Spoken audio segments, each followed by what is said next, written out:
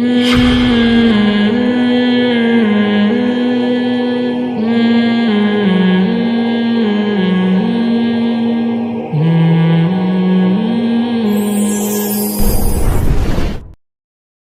نہیں لے گا تو یہ کام جائز ہے یا نہیں؟ نہیں، یہ جائز نہیں ہے. اسٹیمپ پیپر سے بچے کا تھوڑی نقصان پہنچا سکتے ہو. اگر اسٹیمپ پیپر پہ میاں بیوی طے کر لیں بچہ ہم نے وسیم بھائی کو دینا ہے تو بچہ کہے گا تم نے میرے لیے ایگریمنٹ کیسے کر لیا مجھ سے پوچھے بغیر. ٹھیک ہے، تو بچے کو باپ کی بھی ضرورت ہے، ماں کی بھی ضرورت، تو ایسا ایگریمنٹ نہیں کر سکتے. وہ اس ایگریمنٹ کی کوئی شرعی حیثیت نہیں ہے اسٹیمپ پیپر پہ بھی ہو جائے. طلاق کے بعد جو لڑکی کا سامان ہے کمرے میں وہ سارا سامان لڑکی کا شمار ہوگا، یا جو سامان شوہر کے نے شادی کے بعد خریدا ہو، وہ مثلاً بیٹری اور بیٹری کا پنکھا، شکر ہے کچھ تو خریدا اس نے، یہ شادی کے بعد انہوں نے خریدا ہے بیٹری اور بیٹری کا پنکھا، باقی سارا بیگم نے لی. وہ سامان طلاق کے بعد لڑکی کا ہی ہے شوہر کا. جو لڑکی کو ابا کے گھر سے ملا وہ تو سارا لڑکی کا ہے. جو لڑکے نے بیوی کے لیے بنایا وہ سامان جو لیڈیز ہی استعمال کرتی ہیں، چوڑیاں ووڑیاں ہو گئیں، زیور ہو گیا، کپڑے ہو گئے، وہ بھی بیوی کا ہے. لیکن اس کے علاوہ جو سامان ہے بیٹری، پنکھا، یہ شوہر کی ملکیت میں ہوتی ہیں یہ چیزیں. تو یہ شوہر کی ملکیت میں، یہ بیگم اپنے ساتھ نہیں لے جا سکتی، ورنہ طلاقیں ہوں گی، کھلے ہوں گے، عورتیں پنکھے بھی اٹھا کے لے کے جا رہی ہوں گی. ایسا نہیں ہوتا بھائی، ایسا کرو گے تو کوئی بھی نہیں آئے گا.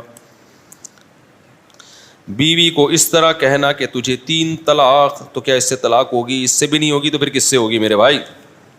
اتنے سری الفاظ سے بیوی کو کہہ رہے تمہیں 3 طلاق، تو کہہ رہے ہیں کہ اس سے ہوگی کہ نہیں ہوگی؟ کیوں نہیں ہوگی اس سے؟ اچھا میرے بھائی، حیات النبی کا عقیدہ بیان کریں. حیات النبی ہے کہ نبی صلی اللہ علیہ وسلم قبر میں برزخی حیات کے ساتھ زندہ ہیں، لیکن وہ عام مردوں جیسی حیات نہیں ہے، اس سے بہت زیادہ پاورفل ہے، لیکن ہے وہ برزخی حیات. مہند المفند میں جو لکھا ہے دنیاوی برزخی، تو وہ دنیاوی سے مراد ہے، دنیاوی کی سے تشبیہ دی گئی ہے کہ دنیاوی جیسی ہے، حقیقت میں دنیاوی نہیں ہے. جب کسی کو تشبیہ دی جاتی ہے نا، جیسے آپ نے کہہ دیا زید شیر جیسا ہے، تو مطلب ہے کہ شیر نہیں ہے، ورنہ جیسا تھوڑی لگایا جاتا. تو علماء دیوبند مانتے ہیں کہ نبی کو جو قبر میں حیات ملی ہے وہ دنیاوی حیات نہیں ہے، لیکن بعض چیزوں میں دنیاوی جیسی ہے. جیسی کیسے؟ جیسے ہم دنیا میں جب زندہ ہوتے ہیں تو ہماری باڈی خراب نہیں ہوتی، تو پیغمبروں کا جسد بھی قبر میں ہمیشہ محفوظ رہتا ہے. جیسے کہ ایک حدیث میں بھی آتا ہے کہ اللہ نے پیغمبروں کے مٹی پر پیغمبروں کے جسموں کو حرام کر دیا ہے، پیغمبر کا بالکل تازہ جسم رہتا ہے. آج بھی سید الانبیاء صلی اللہ علیہ وسلم اپنی قبر مبارک میں بالکل اسی طرح آپ کی جسم سلامت ہے جیسا زندگی میں تھا. تو ایک بات تو یہ. دوسرا، جب نبی کے قبر پہ کھڑے ہو کر سلام پڑھا جاتا ہے تو صحیح حدیث سے یہ بات ثابت ہے کہ آپ اس سلام کو بنفس نفیس سنتے ہیں. یہ بھی ایک معجزاتی طور پر ہے. تو چند چیزوں میں اس کو دنیاوی سے تشبیہ دی گئی ہے، تو اس لیے دنیاوی جیسا کہہ دیا گیا، ورنہ حقیقت میں وہ دنیاوی نہیں ہے، برزخی حیات ہے، لیکن پاورفل، شہداء کی حیات سے بھی بڑھ کر ہے وہ. تو یہ عقیدہ ہے.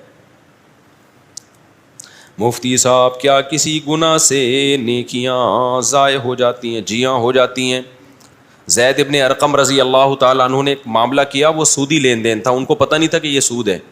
حضرت عائشہ نے فرمایا کہ زید ابن ارقم کو بتاؤ کہ تم نے اگر یہ سودی لین دین کر لیا تو تم نے جو نبی کے ساتھ مل کے جہاد کیا ہے نا، اللہ اس جہاد کے اجر کو ضائع کر دے گا.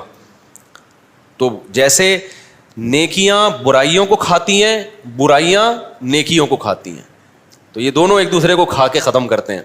جب آپ نیکی کرتے ہیں تو گناہ معاف ہوتا ہے اس سے، اور جب گناہ کرتے ہیں تو کوئی نیکی ضائع ہو رہی ہوتی ہے.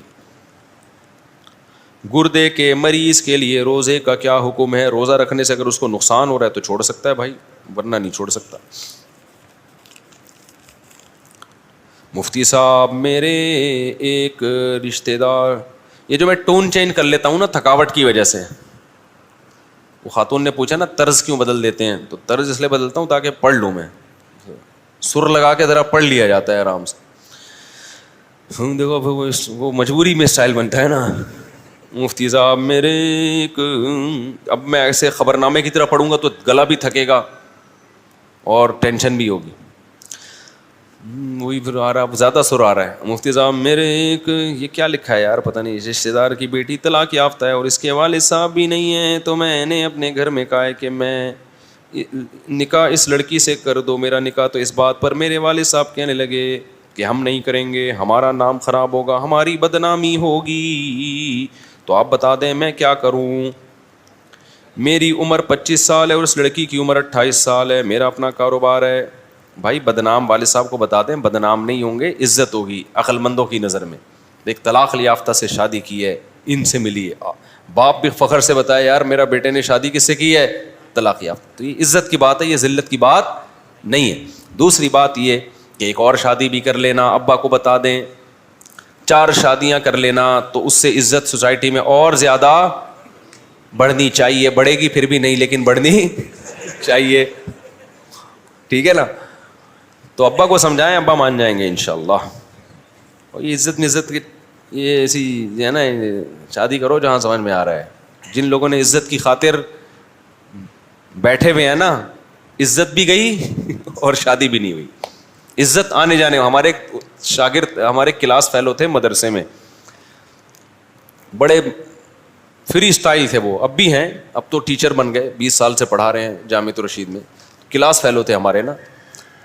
تو وہ ہمیں کبھی استاذ کوئی ڈانٹتے کسی غلطی پہ, ہمیں بڑی شرمندگی ہوتی نا, بہت کبھی دکھ بھی ہوتا, کبھی ٹینشن بھی ہوتی. وہ بندہ ایسا تھا, اس کو استاذ جتنا مرضی ڈانٹیں, کتنے مرضی تانے دیں, ان پہ کوئی اثر ہی نہیں. تو میں نے کہا یار آپ پہ کچھ وہ اثر ہی نہیں ہوتا, آپ کو اتنا ایک قسم کی بےزتی کر دی. استاذوں کے ڈانٹنے سے بے عزتی نہیں ہوتی, لیکن بہرحال کبھی کبھار فیل تو ہوتی ہے نا کہ حد زیادہ ہو گیا. تو وہ ایک جملہ کہتے تھے, عزت ہمیشہ یاد رکھو آنے جانے والی چیز ہے, کبھی آتی ہے کبھی جاتی ہے. تو جو آنے والی چیز ہے اس پہ ٹینشن کس بات کی. تو بڑا اچھا لگتا تھا مجھے ان کا یہ ملفوظ کہ عزت آنے جانے والی چیز ہے. ایک آدمی کسی محلے میں گیا, پھر آ کے تبصرہ کرنے لگا, اللہ کا بڑا فضل ہے میری عزت نہیں ہے.